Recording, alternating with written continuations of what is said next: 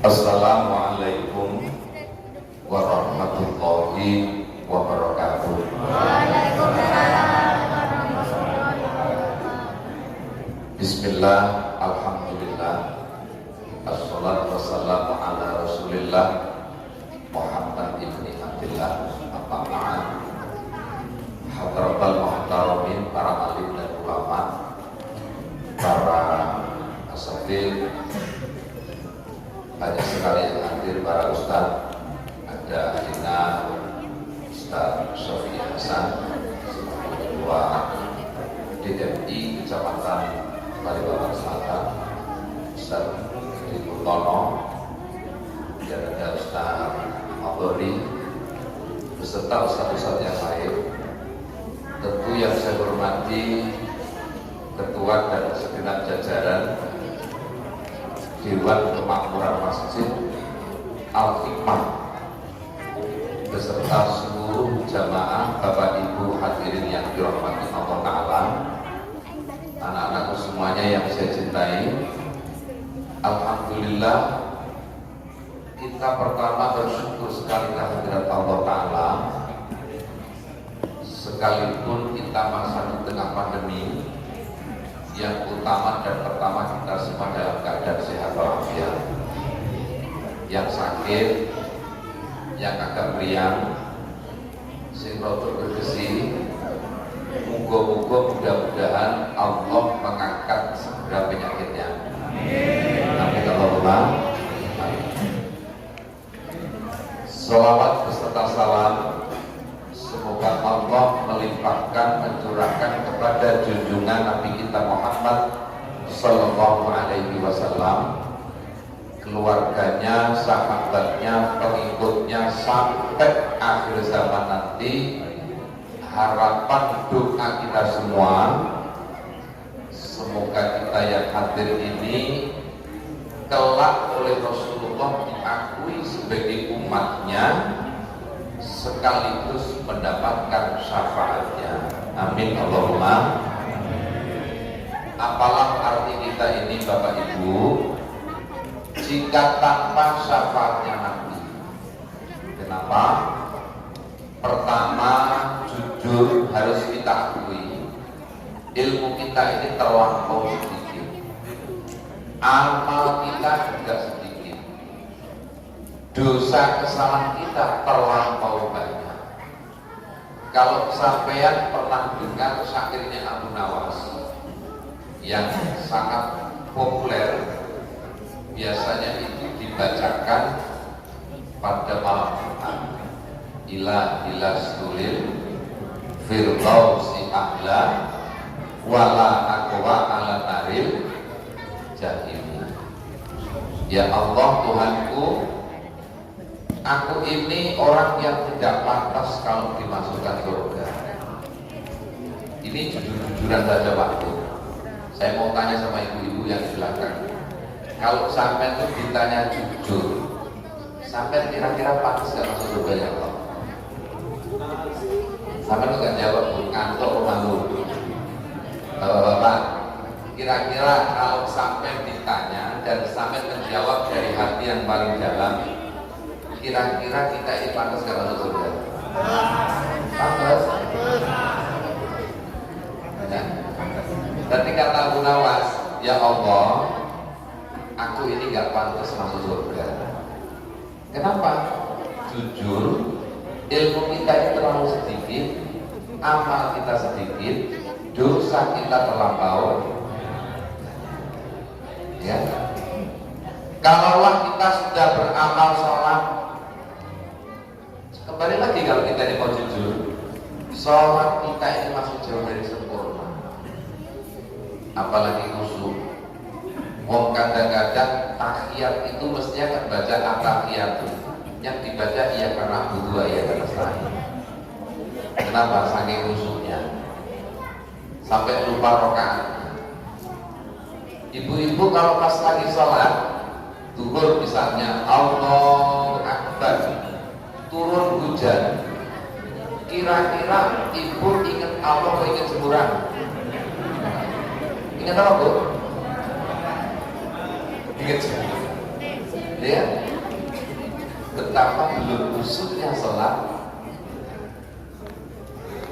Makanya kalau Imam Ghazali minimal mampu kalau sholat, kalau nggak bisa khusyuk secara keseluruhan, minimalnya saat takbiratul ihram, Allahu Akbar, minimal itu. Kalau umpama maghrib 3 rakaat, kok rasanya 3 rakaat belas tidak ingat apa-apa, kecuali Allah, kayaknya kok orang model kita ini masih jauh. Isya 4 rakaat kok belas, tidak ingat apa-apa, khusyuk, khusyuk, hadir hati kita menghadap Allah. Bukan tidak mungkin, tapi kecil kemungkinannya. Kenapa? Terlampaunya banyak dosa dan kesalahan kita dan sedikitnya amal kita. Sehingga kemudian kalau kita di Bapak Ibu, karena sholat kita ini nanti kita ini bisa selamat di akhirat, saya mengatakan bukan tidak mungkin, tapi kecil kemungkinannya. Kenapa? Sebab sholat kita yang masih belum khusyuk. Kalau masih belum khusyuk saja masih mending-mending. Wong kadang-kadang subuhnya saja kesiangan. Matahari sudah terbit baru sholat subuh. Sampai kata malaikat, kok tumben orang ini sholat duha. Ternyata habis rukuk baca Allahumma hdini fiman hadait. Oh ternyata subuhnya kasih. Kalau kemudian kita ini bisa masuk surga karena sedekah, bukan tidak mungkin. Tapi jujur saja, kecil kemungkinannya. Ketua DKM tadi mengumumkan, siapa yang mau beli karpet shop pertama cuma 20 juta saja. Tadi ada yang katakan belum, mungkin belumnya itu karena masih malu ya kan, kepingin sedekah tapi tidak diketahui oleh orang lain. Amin Allahumma. Sedekah infak itu kalau kita ikut Quran lagu lan tanalul birra hatta tunfiqu mimma tuhibbu. Kamu kata Allah gak akan sampai ke derajat al-birra, kebaikan yang sempurna, sampai kamu itu mendermakan, menginfakkan dari hartamu yang paling kamu cintai. Ayo kalau kita jujur-jujuran. Saya senang komunikasi sama ibu yang di belakang. Bu, kalau sampean itu di dompet ada uang 10.000, 50.000, 100.000, yang ibu paling senangi yang mana? Yang 100 mesti 10. Hah?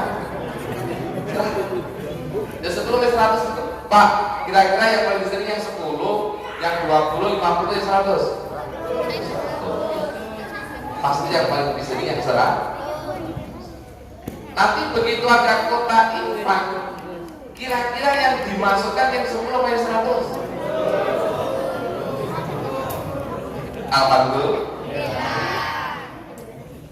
Padahal kalau ikut Quran sampean, kalau benar-benar ikut Quran dan mendapatkan garansi surganya Allah Ta'ala, lan tanalul birra hatta tunfiqu mimma.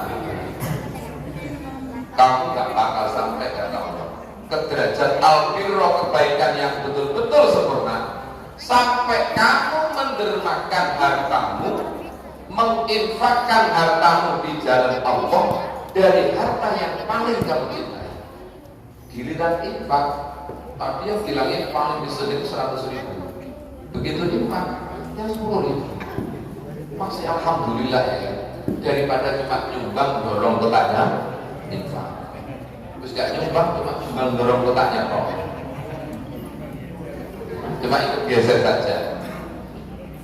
Ya itulah kita, memang aslinya waktu ya. Ini ceramahnya gampang-gampang saja. Kita itu aslinya bawaan lahir kita, manusia itu aslinya begini. Apa begini maksudnya? Apa? Geser, sekek, berdiri, cedek, sekek, apa lagi tadi?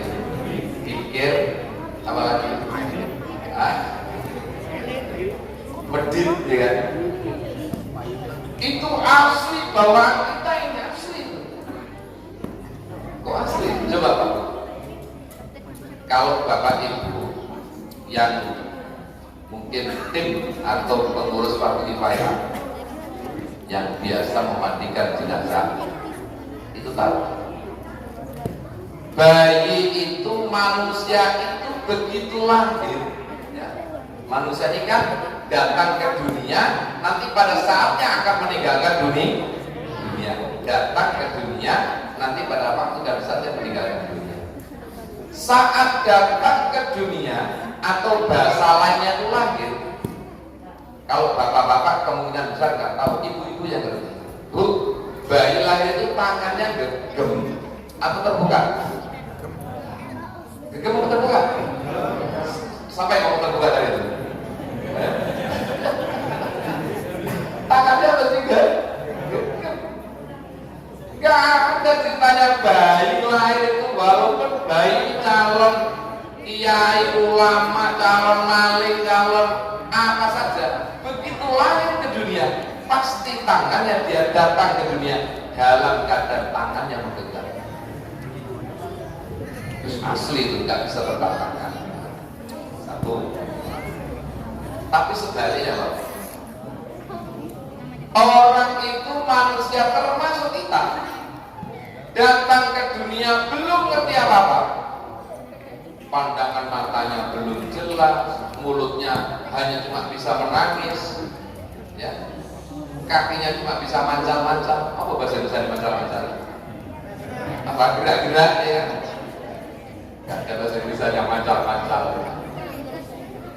Tapi genggaman tangannya sudah sempurna. Ya. Apa?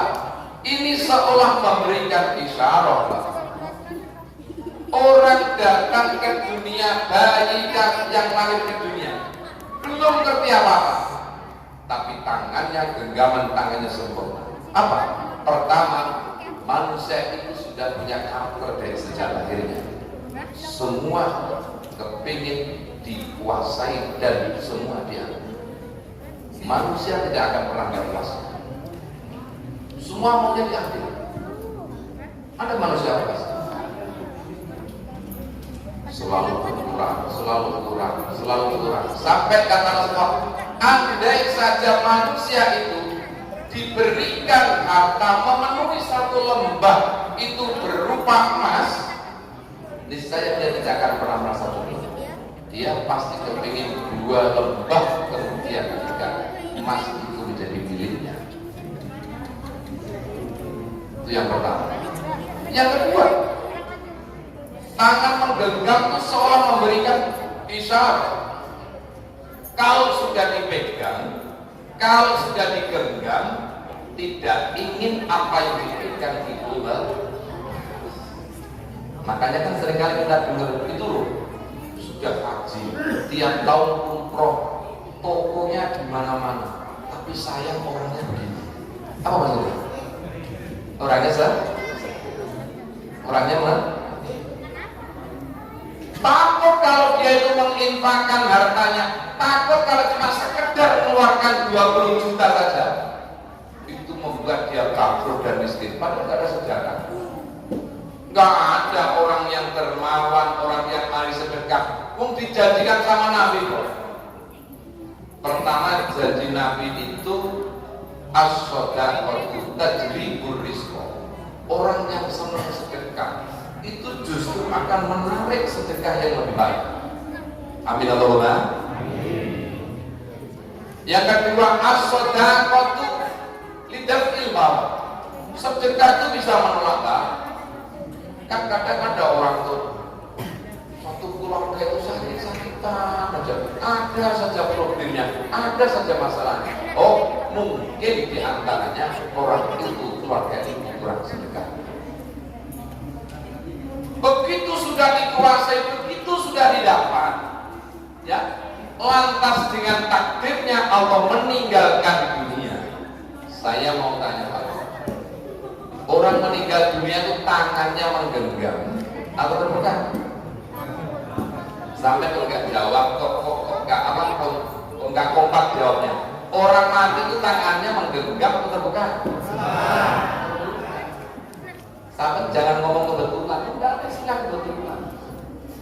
Datang ke dunia tangannya genggam, meninggalkan dunia tangannya terbuka. Artinya apa? Orang kalau tangan terbuka berarti sudah tidak ada satu pun yang bisa dia bawa. Ayo, pangkatnya dibawa, hartanya ditinggal. Gak ada yang dibawa. Harta yang telah dia perjuangkan, harta yang telah dia kumpulkan, harta yang digenggamnya sampai ada istilah ibarat megang es batu saja gak netes. Itu saking cedile. Nyetok es batu lu gak netes. Begitu dia meninggalkan dunia, tidak ada satu pun yang dia bisa bawa. Ujung-ujungnya apa?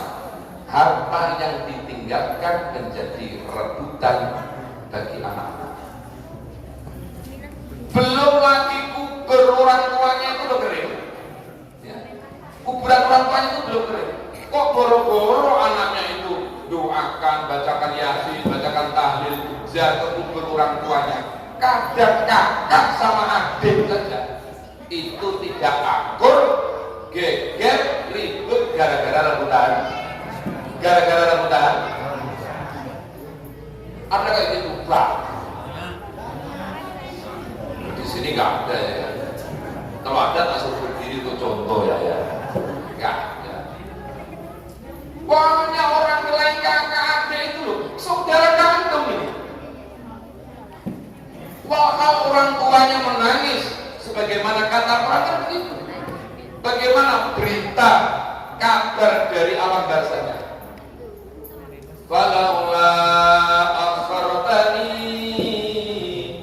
ila ajalin qarib fa asaddaqa wa akum minas shalihin.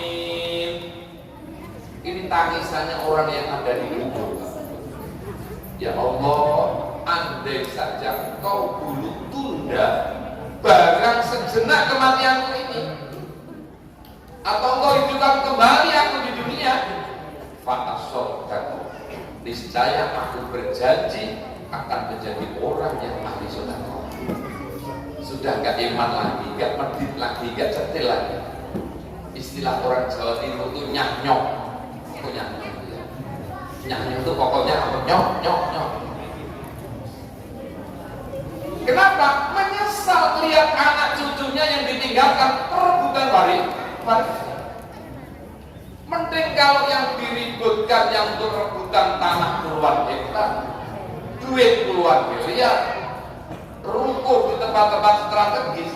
Kadang antara kakak sama adik kelahi sampai urusan di RT di kelurahan cuma rebutan kulkas. Cuma rebutan kulkas. Orang tua nangis, ya Allah. Yang bermanfaat mana?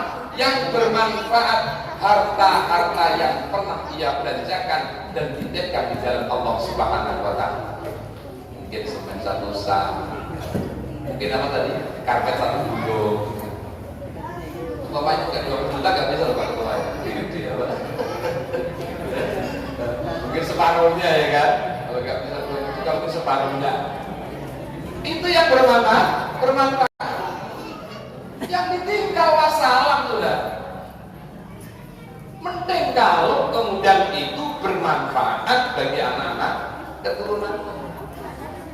Kalau kemudian justru jadi mudarat, kan kata Nabi, orang meninggal itu berangkat ke kuburnya diiringi oleh 3 perkara. Saya kurang tahu kalau warga sini apa juga diiringi 3 perkara. Kalau di Kilo 15 sana itu diikuti 3 perkara. Apa?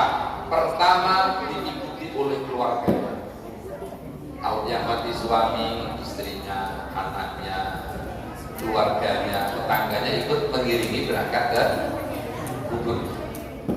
Atau dalam bahasa Harusnya itu ke tempat peristirahatannya yang terakhir. Kepanjangan dari kuburannya. Yang kedua apa? Akan diikuti oleh harta-hartanya. Kalau punya mobil, mobilnya ikut hantar.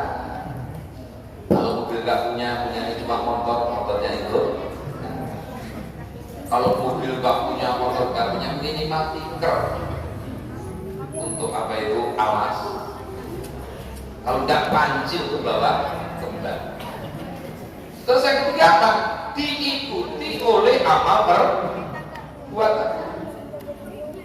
Kalau orangnya ahli tahajud, tahajudnya ikut ngantar. Kalau orangnya ahli sedekah, sedekahnya ikut ngantar. Kalau orangnya ahli puasa, puasanya ikut ngantar. Kalau orangnya ahli berjamaah, jamaahnya ikut ngantar ke kubur. Begitu orang itu dimasukkan ke dalam kuburnya, tiga perkara ini yang tetap setia menemani ila yaumil kiamat, sampai nanti hari kiamat, itu tinggal satu, yang dua pulang dan kembali.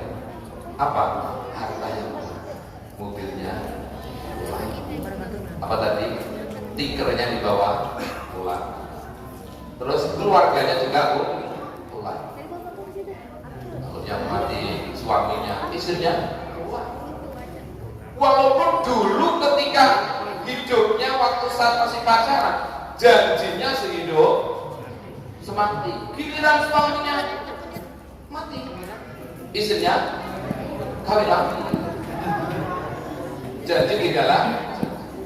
Ya, ada cerita ada seorang suami istri, suaminya meninggal. Ya, suaminya meninggal. Sejak suaminya meninggal itu Pak, sang istri itu setiap hari datang ke kubur suaminya. Pagi datang, siang nanti berpulang. Besoknya siang datang ke kubur suaminya, sore baru pulang. Begitu seterusnya. Sampai warga sekitar itu kasihan. Walau kasihannya mbak itu masih muda, sejak ditinggal suami, ditinggal mati suaminya, kok kayaknya jadi kurang setengah on. Maksudnya setengah on, kurang setengah on ya, agak kurang-kurang gimana begitulah kira-kira ya kan. Loh, kenapa begitu? Loh, hari-hari itu kubur suaminya. Siapa tahu di kubur suaminya mendoakan. Coba lihat apa dilakukan sang istri di kubur. Ternyata di kubur suaminya itu Pak, sang istri itu sejak datang pagi sampai siang kerjanya bukan bacakan Yasin, bacakan tahlil, tapi ngipasi kuburan suaminya. Ini Pak, sampai kemudian diingatkan, Bu, Mbak, sampai itu masih muda, sudahlah, suami sampean meninggal itu takdir Allah. Sampai terima dengan ikhlas, sampai kan masih bisa nikah lagi. Kasihan sampai kalau hari-hari seperti itu. Apa kata si wanita itu? Pak atau Bu, saya ke kuburan itu setiap hari ngipasi kuburan suami saya. Karena sebab dulu suami saya pernah punya wasiat. Dek, kalau aku mati, kamu jangan kawin lagi sampai kuburanku itu kering. Makanya aku datang hari-hari itu ngipasi kuburan suami supaya cepat. Kalau kering cepat, tapi tadi ketawanya agak lambat. Semua ini ditinggal, hartanya di apa? Kembali pulang ke rumah, tinggal amal perbuatannya.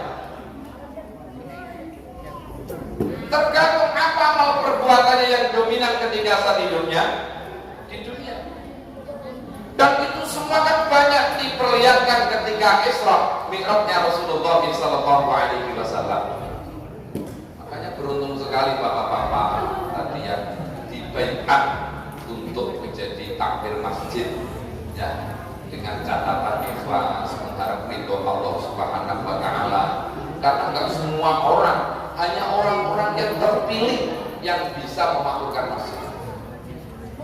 Kalau benar-benar karena Allah, mengharap Allah. Bayangkan Pak, Isra Mi'raj itu setarnya dimulainya bukan dari rumahnya. Subhanalladzi asra bi 'abdihi lailan minal masjidil haram ilal masjidil aqsa alladzi barakna haulahu linuriyahu min ayatina. Al-ayat. Ya. Allah memilih perjalanan sucinya Rasulullah yang kemudian dikenal dengan Isra Mi'raj. Itu start awalnya dimulai dari masjid. Makanya masjid itu apa? Kata Rasulullah, khairul majalis al-masajid. Sebaik-baiknya tempat orang duduk yang itu bernilai ibadah adalah masjid. Jadi orang duduk di masjid itu ya, niat nawaitul i'tikaf sunatan lillahi ta'ala. Saya berniat i'tikaf, duduk mau baca zikir kah atau baca Quran kah atau enggak, diam saja, itu berpahala. Apapun yang dilakukan untuk kepentingan masjid dijanjikan sama Allah, man bana masjidan banahullahu baitan fil jannah. Siapa yang membangun masjid, membangun itu tidak hanya membangun fisiknya saja, termasuk membangun kemakmurannya masjid, peduli dengan masjid. Kelak kata Allah di akhirat akan dibuatkan rumah, dibuatkan istana di dalam surganya Allah. Kalau sudah dibuatkan rumah, dibuatkan tempat tinggal oleh Allah di surga, berarti orang yang memakmurkan masjid, yang membangun masjid, insya Allah hampir dipastikan masuk surga. Asal itu tadi semua dengan niat ikhlas lillahi ta'ala, karena mengharap Allah, pengurus betul-betul ngurusi masjid, bukan malah merusui masjid atau malah jadi urusannya masjid. Repot juga udah jadi pengurus, mestinya ngurusi masjid, malah jadi urusannya masjid. Malah kita ini sudah dibaiat. Saya tadi agak mikir kok yang disumpah kok semuanya ya kan, sampai anak-anaknya dari pengurus masjid semua ya kan. Akhirnya saya tadi ikut berdiri juga tadi kan. Tadi awalnya saya duduk kok yang lainnya pada berdiri, terpaksa ikut berdiri saya. Ikut jadi pengurus masjid dan terlanjur disumpah mengurusi masjid. Allah pilihkan tempat setarnya itu masjid. Artinya apa? Itu simbol, Pak. Simbol pertama di mana sebaik-baiknya tempat di dunia itu adalah masjid. Apalagi hidup hari ini, Pak, Masya Allah, hidup di tengah-tengah zaman banyaknya fitnah. Sudahlah, ya. Orang itu kalau sudah susah, sedih, galau, apalagi biasanya orang sekarang itu mikirannya kacau. Jalan yang terbaik buat kita, tempat yang terbaik buat kita, sebagaimana dalam Isra Mi'raj Rasulullah. Rasulullah Isra Mi'raj itu, Pak Bu, itu kan prosesnya panjang. Beliau di Isra Mi'raj kan itu setelah mengalami macam-macam ujian, macam-macam cobaan.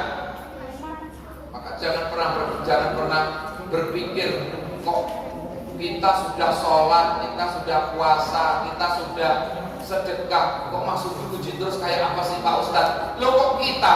Nabi itu maksum, gak punya dosa, gak punya salah, terjaga, terpelihara dari perbuatan dosa.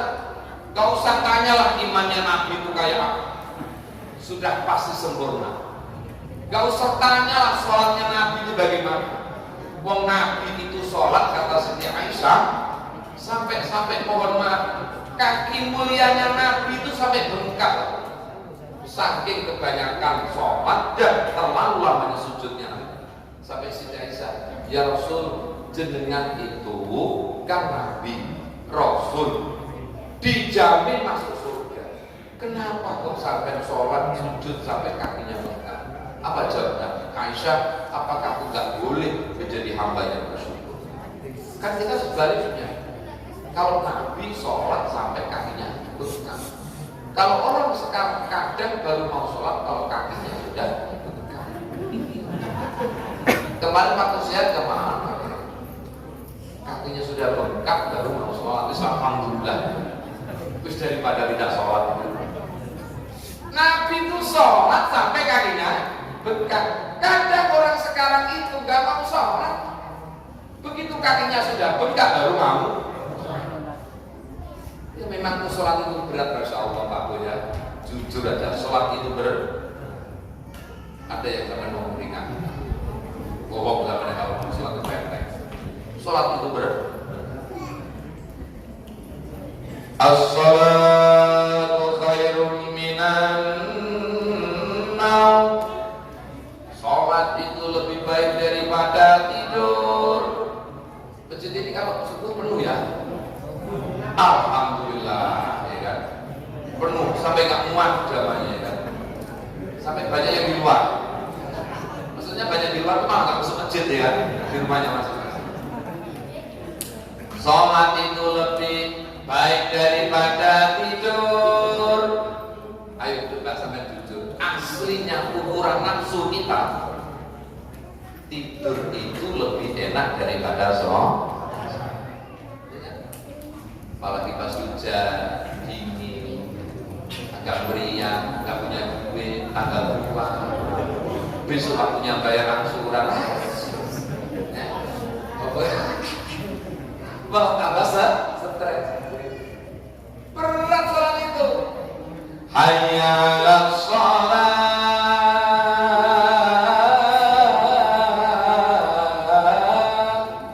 Mari kita sholat. Apa jawabnya? La haula wala quwata illa billahil azim. Ya, kita tahu artinya. Mari kita sholat. La haula wala quwata. Tidak ada daya, tidak ada kekuatan. Jadi seorang kalau dipanggil hayya 'alas shalah, mari kita sholat, jawab la haula itu aku tidak berdaya, aku tidak kuat. Ibu kalau pas dengar adzan, pas lagi nonton TV, TV-nya dimatikan, ambil air wudhu terus sholat atau tetap nonton TV? Tetap lanjut, alhamdulillah. Berat ya. Berat saudara. Kalau pondok kemudian sholat illa billahil aliyil azim, semua itu atas izin pertolongan Allah. Bapak berat, Masya Allah. Saya ini dipanggil kiai, dipanggil ustaz. Aku subuh pesantren saya itu 15 anak. Satu saya itu khusus mahasiswa kok, yang nggak mahasiswa nggak ada terima. Kalau pagi mereka kuliah, sore pulang pondok, ya kan. Bersumpah dan as-salatu khairun minan naum. Sholat itu lebih baik daripada tidur. Awas, aku ini gak bangun ya gak iya ini kan. Bangun ya berat. Jujur nafsu kita. Kalau kemudian bangun ambil air wudhu, sholat, itu bukan nafsu syahwat kita, itu karena semata-mata panggilan iman kepada.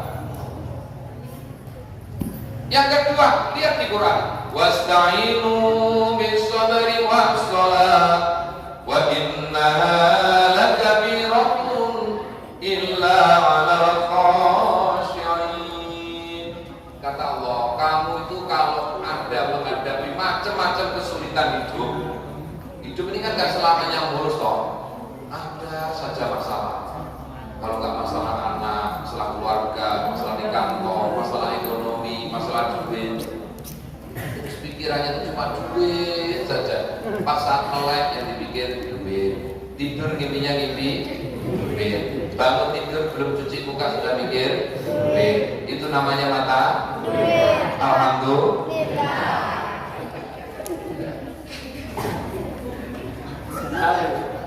Kalau kamu contoh lagi susah, lagi macam-macam kau hadapi kesulitan hidup ini, pertama kata Quran, bisopri hadapi dengan sabar. Ya, penyakit kita orang hari ini adalah gak sabar. Udah terpancing emosi, ya kan? Udah berusaha-berusuh. Sabar kata Quran, sabar kata Allah. Wasolat tidak sholat. Jangan orang stres, jangan orang lagi punya masalah, malah larinya ke mall, gak punya duit lagi. Sudah gak punya duit, stres ke mall, keluar dari mall, bukan senang pikirannya, malah tambah stres. Kenapa? Tadi gak punya duit, mau beli sesuatu gak bisa. Kenapa? Kalau lagi susah, lagi menghadapi macam-macam masalah, larinya kepada Allah. Dengan cara apa? Satu, sabar. Kedua, dengan sholat. Masya Allah Pak Bu, sholat itu luar biasa. Coba sampai lihat. Pertama, sholat itu diawali dengan takbiratul ihram. Ya kan? Takbiratul ihram itu mengangkat kedua tangan. Lisannya mengucapkan takbir Allahu Akbar. Artinya Allah Maha. Filosofinya Pak Bu, orang sholatkan Allahu Akbar. Ayo, orang tuh kalau tidur, kalau kelahi sudah angkat tangan, artinya apa? Menyerah. Sudah pas. Sama kita sholat juga begitu. Sehari semalam minimal ya, minimal kan 5 kali. Selain kalau kemudian mau ditambah dengan sholat-sholat sunnah. Setiap kali menghadapi masalah Allahu Akbar, diangkat kedua tangannya, seolah di situ pengadu kepada Allah. Ya Allah, aku sudah gak mampu menghadapi masalah ini.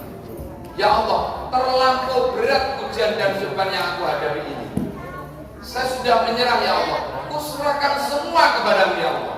Sesungguhnya Allah lah yang maha besar. Saat kita sholat Allahu Akbar, kalau sholat itu wudunya yang benar, niatnya yang benar, dilakukan dengan penuh tenang, penuh dengan keikhlasan, kerusuhan. Belum lagi saat kemudian di dalam salah satu bacaan-bacaan sholat, contohnya minimal Fatihah, ya kan? Saat Fatihah itu apa bacanya? Salah satu, iyyaka na'budu wa iyyaka nasta'in. Hanya kepadamu ya Allah, aku ini mengabdi menyembah, dan hanya kepadamu kami mohon pertolongan. Ya kalau itu dilakukan 17 kali minimal dalam sehari semalam, masalah sebesar apapun akan diselesaikan oleh Allah kalau sholatnya itu benar. Ini yang jadi pertanyaan, kok aku ini sudah stres sholat kok gak sungguh-sungguh ya stresnya? Jangan-jangan sholatnya ada yang gak beres. Mungkin wudhunya, mungkin caranya sholatnya, rukuk sujudnya. Kalau sholatnya benar, kalau sholatnya khusyuk, insya Allah persoalan dan masalah dalam hidup kita akan diselesaikan oleh Allah Subhanahu wa Ta'ala. Makanya Bapak Ibu, semangat besok bulan ini, ayo sama-sama kita sama-sama berbenah.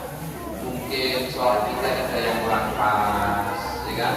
Entah mungkin bacaannya, entah mungkin rukuk sujudnya, entah mungkin syarat-syarat rukun kita yang lainnya, yang dengan harapan kalau sholat kita ini semakin baik, maka semakin baiklah perilaku dan akhlak kita dalam keseharian.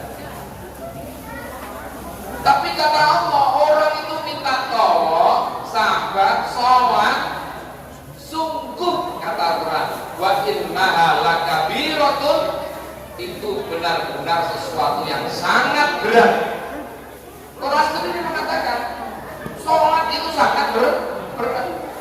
Illa alal khashi'in, melainkan bagi orang-orang yang hatinya khusyuk. Makanya pandemi seperti saat ini kita nggak usah nyalakan si B. Mungkin kita evaluasi, mungkin ini cara Allah untuk menegur kita agar dengan masa pandemi seperti ini kita akan semakin mendekatkan diri kita kepada Allah Subhanahu wa Ta'ala. Mudah-mudahan yang sakit diangkat penyakitnya, yang susah diangkat kesusahannya, yang punya masalah diselesaikan masalahnya. Anak-anak kita semua menjadi anak-anak yang soleh dan solehah. Semua hajat-hajat baik kita semoga diijabah dikabulkan oleh Allah Subhanahu wa Ta'ala. Ala hadhihi niyati sholihah. Al-Fatihah. Bismillahirrahmanirrahim. Alhamdulillahirabbil alamin. Ar-Rahmanir-Rahim. Maliki yaumiddin. Iyyaka na'budu wa iyyaka nasta'in. Ihdinas siratal mustaqim, siratal ladzina an'amta 'alaihim ghairil maghdubi 'alaihim waladdallin. Amin. Amin ya Allah. Bismillahirrahmanirrahim. Alhamdulillahirabbil alamin. Allahumma shalli ala sayyidina Muhammadin salatan tibbil qulubi wa tawaliha wa afiyatil abdani wa shifaiha wa nuril absari wa diyaiha wa ala alihi wa sahbihi sallim. Allahumma lakal hamdu wa mikal faraj wa ilaikal mustaka wa mikal musta'an. La hawla wa la quwwata illa billahil aliyyil azim. Allahumma ya Allah, inna na'udzubika min dhanbi la yasha wa min du'ain la yusma wa min nafsin la tasba wa min 'ilmin la yanfa wa min hadhihi arba'. Allahumma ighfir lana dhunubana wa liwalidina wa li ikhwanina wa li asatidzina wa masyayikhina wa li mu'allimina wa li ahdanina wa li astajina wa li auladina wa li talabina wa li jami'il muslimin wal muslimat wal mu'minin wal mu'minat al-ahya'i wal amwat. Tahassana bi rabbil 'izzati wal jabarut wa tasawna bi rabbil malakut wa tawakkalna 'ala al-hayyil ladzi la yamut. Isrif 'anna hadzal adha wal bala wal waba innaka 'ala kulli syai'in qadir. Allahumma ya Allah, ij'alna wa auladana wa talabidana min ahlil 'ilmi wa ahlil khairi wa tuqa wa la taj'alna wa iyyakum min ahlil baiti innaka 'ala kulli syai'in qadir. Rabbana atina fid dunya hasanah wa fil akhirati hasanah wa qina 'adzabannar wa adkhilna jannata ma'al abrar ya aziz ya ghaffar ya rabbal alamin. Wa sallallahu ala sayyidina Muhammadin wa ala alihi wa sahbihi wa sallam. Subhana rabbika rabbil izzati amma yasifun wa salamun ala mursalin walhamdulillahi rabbil alamin. Taqabbalallahu minkum. Terima kasih Bapak Ibu, mohon maaf jika ada khilaf dan kurangnya. Mohon maaf bila aqwamit thoriq. Assalamualaikum